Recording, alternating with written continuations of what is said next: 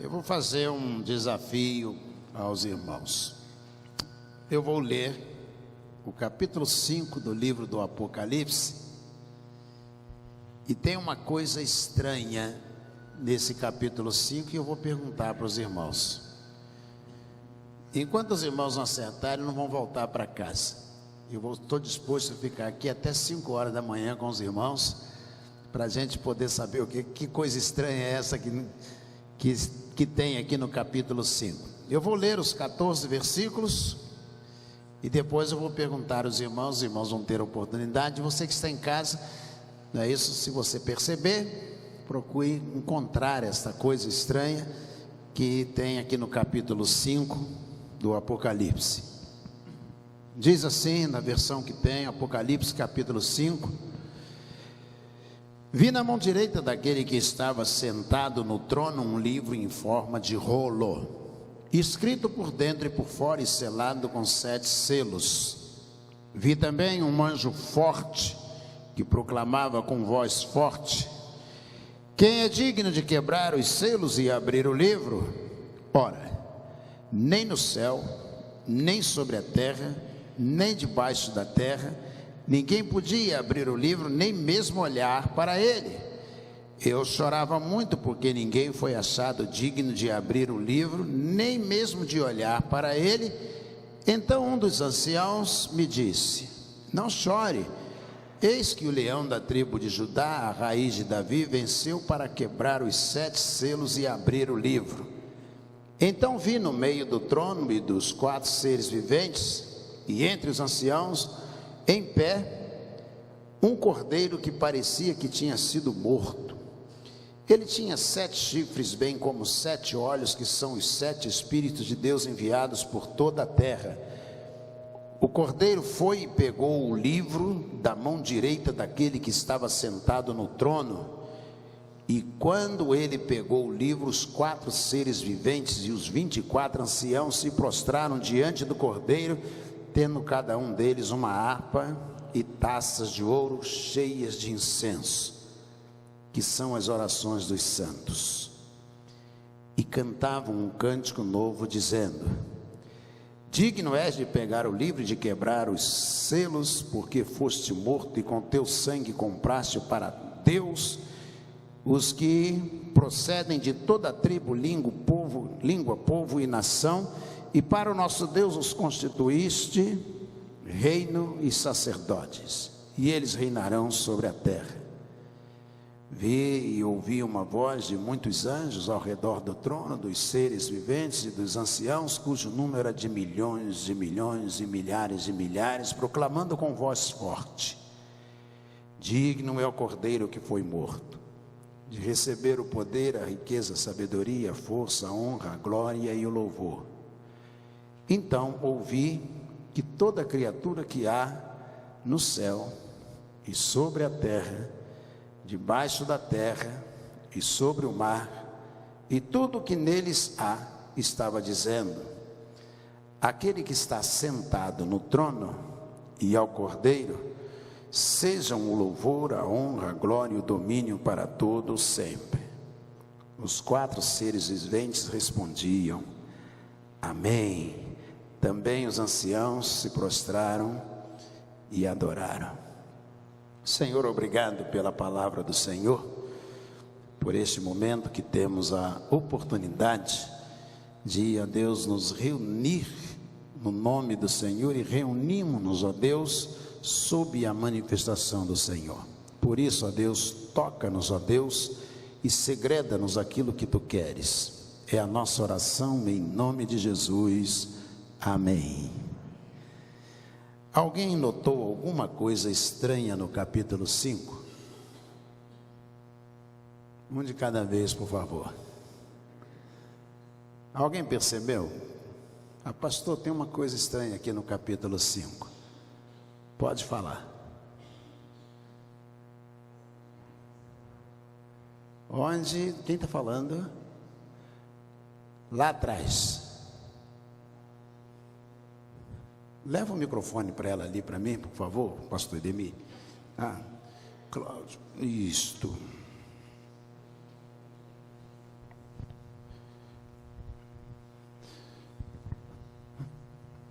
Leva lá para a irmã Rita. Talvez você em casa não veja a pessoa, mas você vai ver, já está ali. Então, pastor, não sei se é esquisito, mas pode ser só ignorância minha, mas me chamou a atenção esses 7 Espíritos de Deus, que eu nunca tinha ouvido falar em 7 Espíritos de Deus. Eu já tinha lido e nem tinha percebido. Isso me chamou bastante atenção. E também, tem outra coisa também. No livro escrito por dentro e por fora, eu achei assim, livro escrito por dentro e por fora, me chamou a atenção. Ver o versículo aqui, no primeiro versículo também. Ok. Essas duas coisas me chamaram a Cláudio, atenção. fica com o microfone, que daqui eu vou explicar cada vez que alguém fizer uma pergunta, e eu vou explicar. Por enquanto, segura aí. Depois da explicação, os 7 Espíritos de Deus, diz, né, que são os Espíritos de Deus sobre toda a face da terra. O livro do Apocalipse, ele é escrito sob uma ciência predominante naqueles dias, chamada de gematria. É uma linguagem que quem está escrevendo e o grupo que vai receber tem domínio sobre ela. Entende, os números, eles têm um significado para aquele que está escrevendo esse texto. E quem é de fora não vai conseguir entender o que o texto está dizendo. Então os números estão sob essa ciência chamada gematria. Para que fique fácil para você entender, você que é mais antigo, não sei se você lembra, antigamente, quando a gente era criança, a gente falava na língua do P. Alguém lembra dessa brincadeira? Então, as pessoas, quando os garotos, as meninas, eles queriam excluir alguém da conversa, eles então conversavam na língua do P. E quem não conhecia a língua do P ficava escutando aquela monte de sílabas combinando, mas que não faziam sentido. Então, quem aqui é da época, sabe o que é a língua do P? Vou pôr, CP, espécie, tapar, né, assim? E por aí ia, né? Então você ia conversando e as pessoas não sabiam sobre o que você estava conversando. A gematria era mais ou menos isso. Os números, eles faziam sentido para a nação de Israel.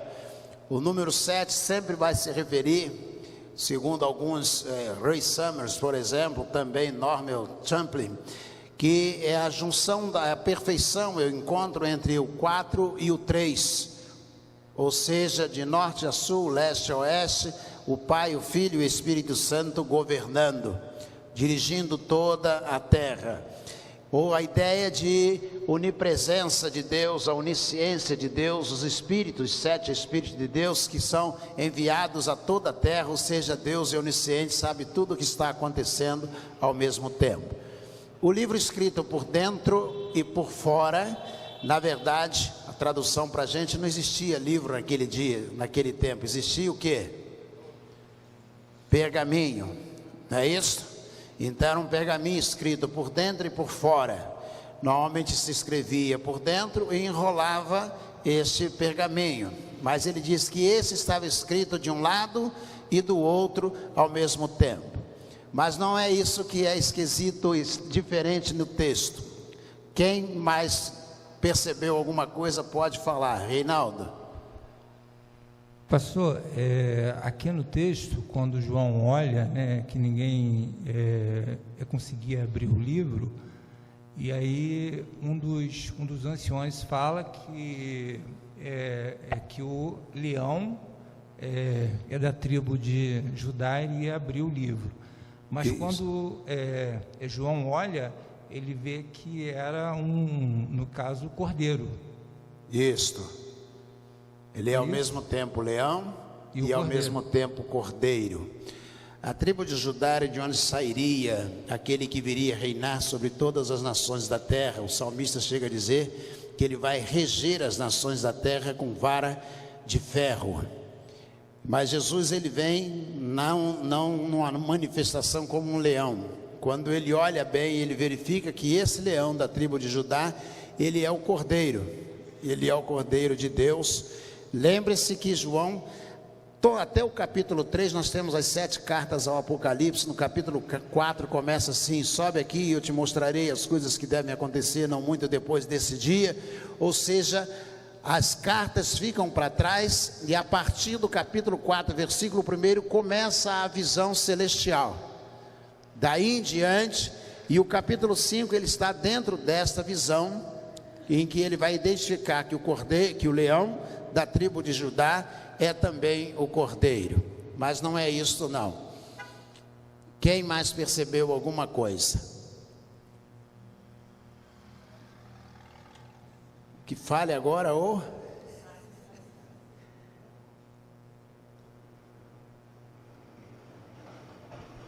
Aqui à frente, aqui, depois a Lídia.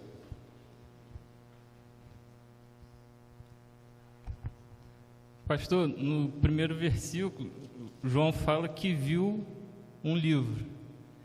Aí depois, no versículo 3 e 4, aí ele fala que não tinha ninguém digno de olhar para o livro. Eu achei isso estranho, porque se ele viu o livro, depois não tinha ninguém digno de olhar, eu achei isso esquisito. A ideia que vai ser ainda a ideia de Moisés, não é isso? Quando Deus diz que você pode olhar, mas você não pode. Deus diz assim: você vai ver, vou passar ao largo, de longe, só parte da minha glória diante de você. Mas eu já prestei atenção a esse texto também.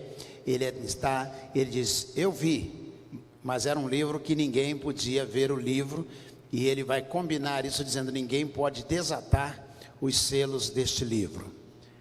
Lídia? O meu é basicamente o dele, são os versículos 3 e o 4.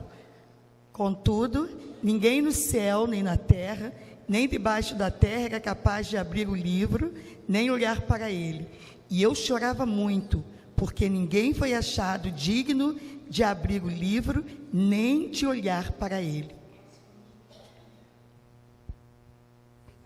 Fica aqui perto de mim, aqui que tem gente no YouTube participando de longe. Fica aqui perto de mim aqui.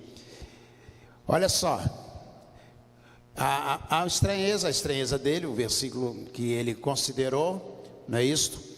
E quando ele diz, né? Porque ninguém fora digno de ser achado para abrir o livro. E o anjo, ele voa no meio do céu, ele acha estranho, porque ele está contemplando o retorno do Cordeiro de Deus que veio à terra, e ele foi morto neste capítulo, porque sendo ele imortal, Jesus não era imortal, ele foi morto, mas não é essa a coisa estranha que tem aqui. Ele disse: foi morto e ninguém poderia abrir. Então ele toma o livro da mão daquele que está sentado sobre o trono, para Jesus desatar. Ou seja, o livro é o livro da revelação de todos nós, o livro sobre toda a história da humanidade, onde os nomes estariam escritos. Só ele era digno de abrir, só Jesus Cristo, o Cordeiro, né, é digno de abrir esse livro. Mas ainda não é isso. Cadê, Fernando?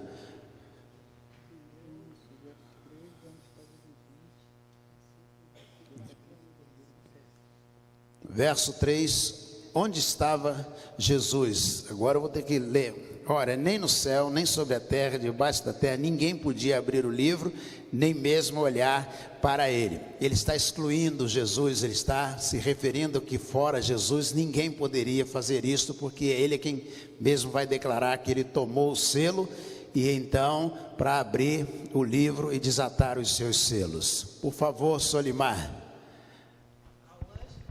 Etienne estava com o microfone, desculpe, Etienne. 7. Ao anjo da igreja em Filadélfia escreve: assim declara aquele que é santo e verdadeiro, que possui a chave de Davi. Onde você está? Capítulo 5, versículo 7. Então, peraí, não.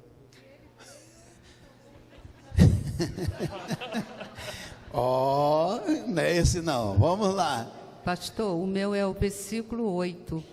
O 8? O 8 que está escrito assim: e havendo tomado o livro os 4 animais. O que seriam esses 4 animais? Os 4 seres viventes, eles estão ao redor do trono e eles voam de dia e de noite. São aqueles que estão servindo ao redor do trono. Há uma descrição para eles, ainda no Velho Testamento, Isaías capítulo 6, serafins, querubins voando ao redor do trono, e são eles os seres viventes, mas também ainda não é isto. Mais alguém? Lá, Luciane, vamos ver, vamos ouvir, tá? Pastor, o meu foi também o mesmo que a irmã Etienne falou, o 8, né? Que é no caso os 4 animais. Mas o mais estranho é no 14. E os 4 animais diziam amém. Assim seja.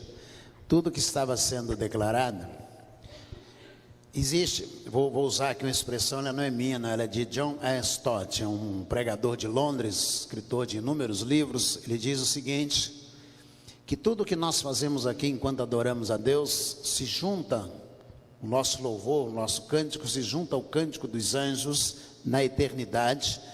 Nós conseguimos ultrapassar todas as barreiras do tempo, e enquanto eu canto, meu louvor se junta ao louvor dos anjos na eternidade.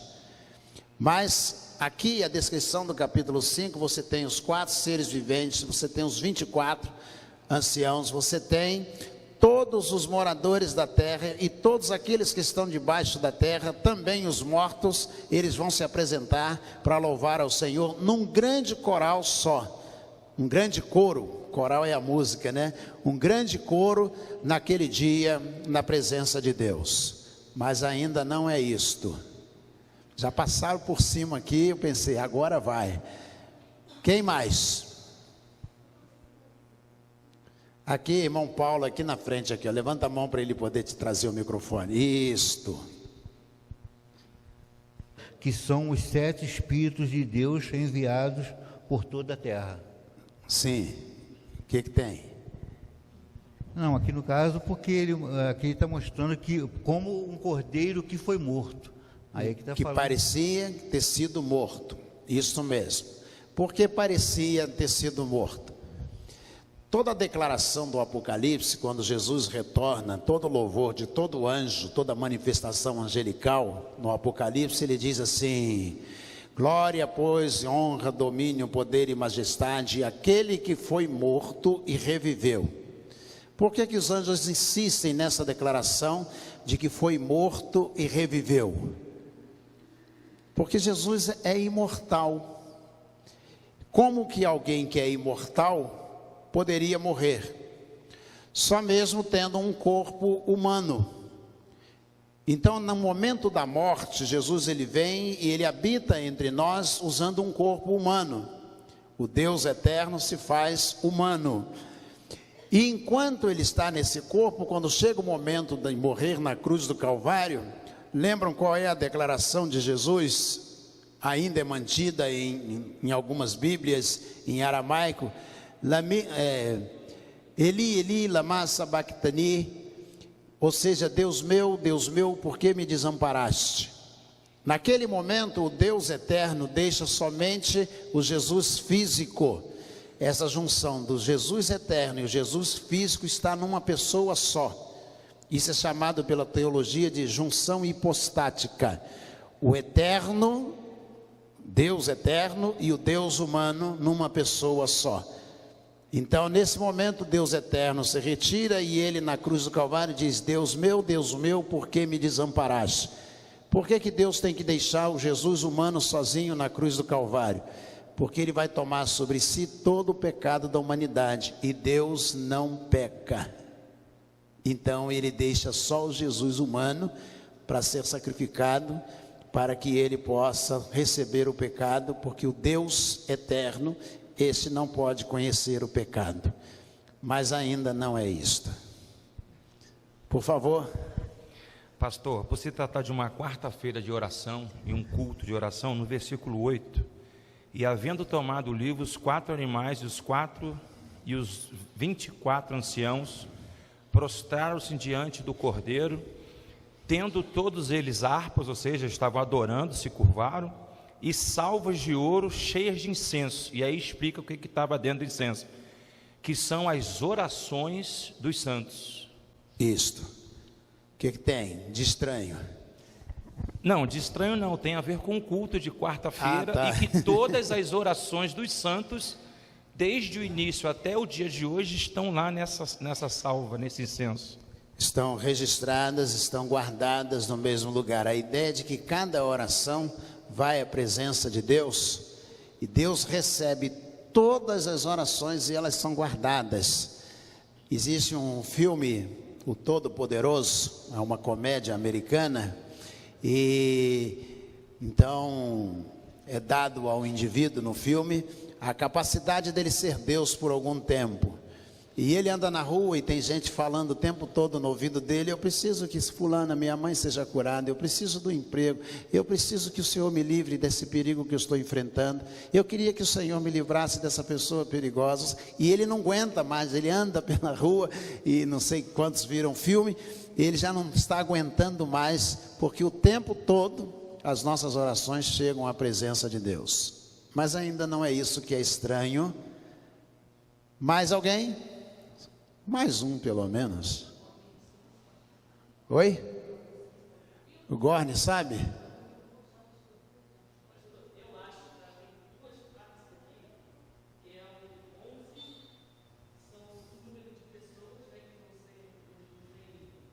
Milhões de milhões.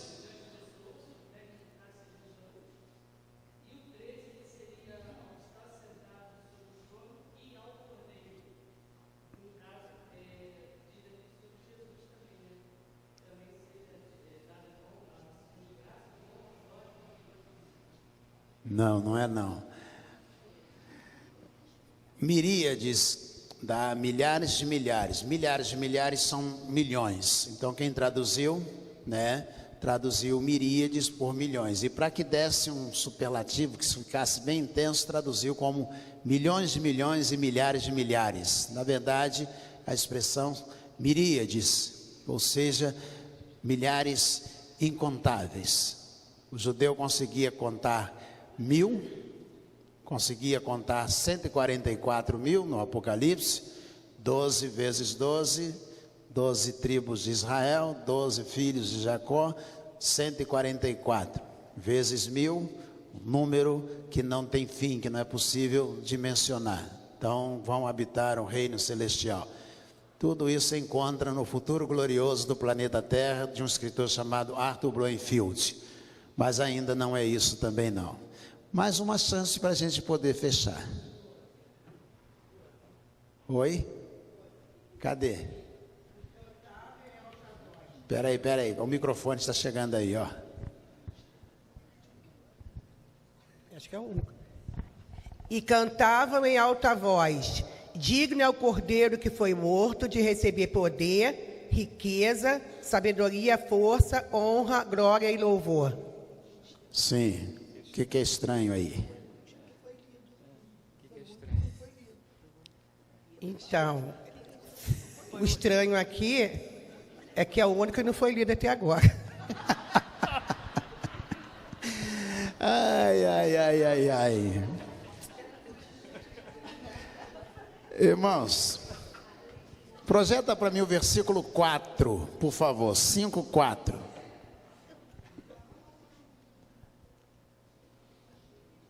Leiam para mim.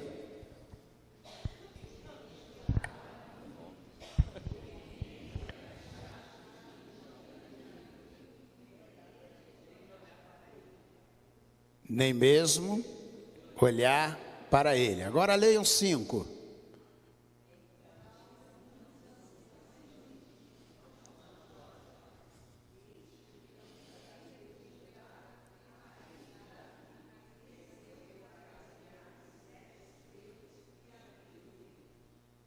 O que tem de estranho nos dois versículos 4 e 5?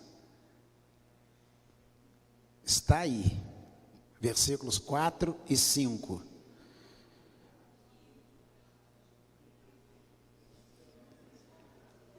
Oi?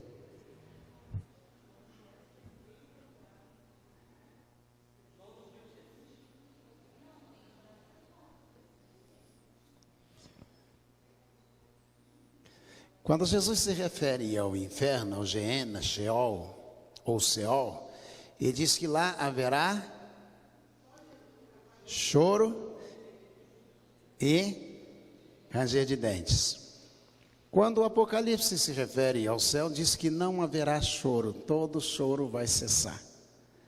João diz que ele está no céu, na visão dele, e ele chorava muito no céu. E o anjo diz para ele o quê? Não chore.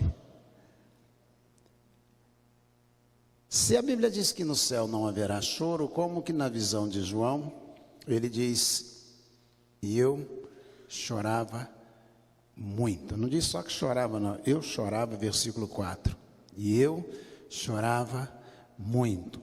Versículo 5. Então dos anciãos me disse, não chore. Em outras palavras, aqui não cabe choro. Há um escritor chamado Oswaldo Zanismith, ele é autor de um livro, O País que Eu Mais Amo. E ele diz no livro, na introdução do livro, já viajei por mais de 100 países no mundo. E ele diz, mas nenhum desses países, nenhum se compara ao céu.